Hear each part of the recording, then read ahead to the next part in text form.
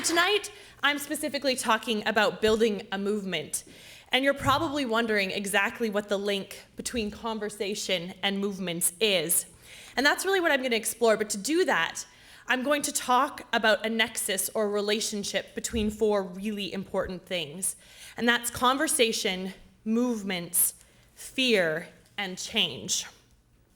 Because what I've learned is that these four things have such a strong interplay with each other that they actually, in fact, fundamentally shape so many of society's systems in the way they're built. But more importantly, they define the ways that those systems can and will be transformed. So I'm going to talk a whole lot about change tonight and its importance. And before I dive into that, I just want to address one blanket assumption that I'm making, and that's that we need change. Because I'm sure some of you agree that we need change, but some of you probably don't, and that's okay. Because human nature is to resist change. We want to stick with the familiar. But here's why I argue it's so fundamental. Change is society's only true growth mechanism. And of course, things are always changing, so that might sound silly and redundant. But when I say change, I'm not talking about small, incremental change. I'm talking about the big, foundational, transformational kind. And we need that kind of change in many of our systems because allowing business as usual and status quo thinking is a recipe for hindering innovation, maintaining inefficiencies, and most dangerously, assuming that the context in which we operate never changes, and therefore the way we do things can stay the same. In my years as a social innovator, I've been trying to drive change in energy and the environment. And as you can imagine, given energy's importance in society and this incredibly complex system it is with all these stakeholders, there's a lot of entrenched positions and interests. And what I've learned is that conversation's not actually an end goal in these kind of systems. Conversation is a means to the end. And if used properly, it can be a very, very powerful tool. In fact, I believe that conversation is the root of the movement. Because essentially what a movement is a group of people with a common ideology who are looking to achieve a goal together. And conversation is the birthplace of those people connecting around those ideas. But that's just the start of how conversation drives movement. More importantly, certain types of conversation are what allow a movement to grow, to pick up momentum, and ultimately to tip the scales.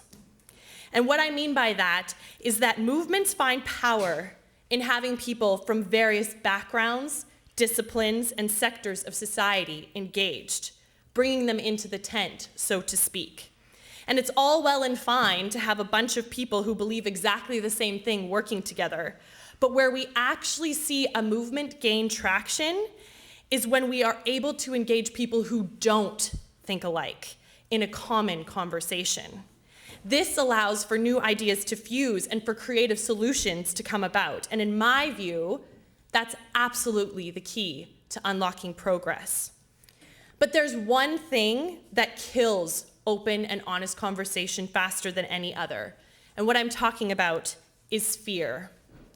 What fear does is it makes people believe that their interests will be damaged by opening themselves up to other interests of people who aren't exactly the same as theirs.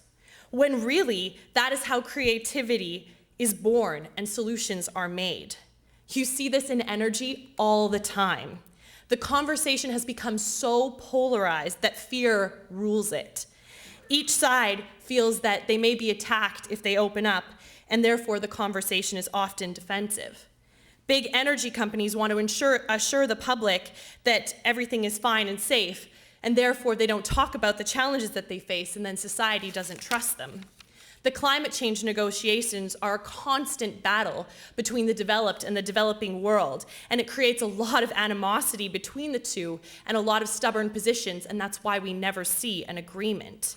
Consumers want low-cost, abundant, constantly available energy, but we don't want to talk about the impacts of that on the environment and infrastructure. The list could go on and on and on, but one thing's for sure. When we point fingers or refuse to take responsibility, or close ourselves off to new ideas, fear wins and the conversation loses, and real change can't be achieved. And so I'm going to break this down and end very simply and logically. Conversations create movements. Movements drive change. Change can cause fear, and fear hinders conversation. This can be a very dangerous feedback loop, because when we let fear in, we break down the entire system. So here's what I want to leave you all with tonight.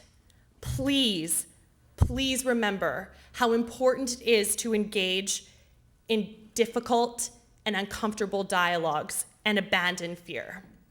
Because if we don't have that open, honest, frank dialogue, we'll never be able to build the movements that will drive the change that we need to progress and to be better and build a more strong and resilient and vibrant society. Thank you.